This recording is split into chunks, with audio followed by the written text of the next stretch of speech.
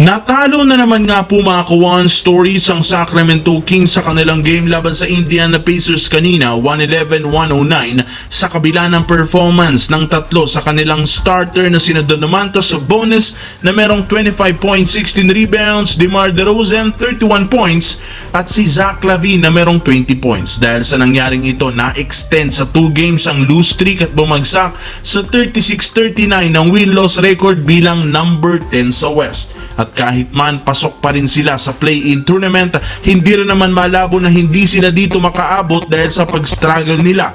In fact, 3 beses pa lamang silang nananalo sa huling 10 laro na isang senyales na posible silang mahulog pa sa ibaba ng pang-10. Para rin naman nga sa inyong kalaman, meron pa nga natitirang 7 game ang Kings sa regular season at majority na makakalaban puro contender maliban sa Washington Wizards at Charlotte Hornets. Kaya delikado talaga silang mahulog at hindi makapasok sa play-in tournament. Samantala, hindi nga po naging sapat ang team effort ng Houston Rockets sa pagtatala ni na Amen Thompson na merong 20 points, Dillon Brooks 16 points, Alperen Sengun 14 points matapos silang matalo ng Los Angeles Lakers. At dahil sa nangyaring ito, bumagsak na sa 49-27 ang kasalukuyang record bilang top 2 sa West.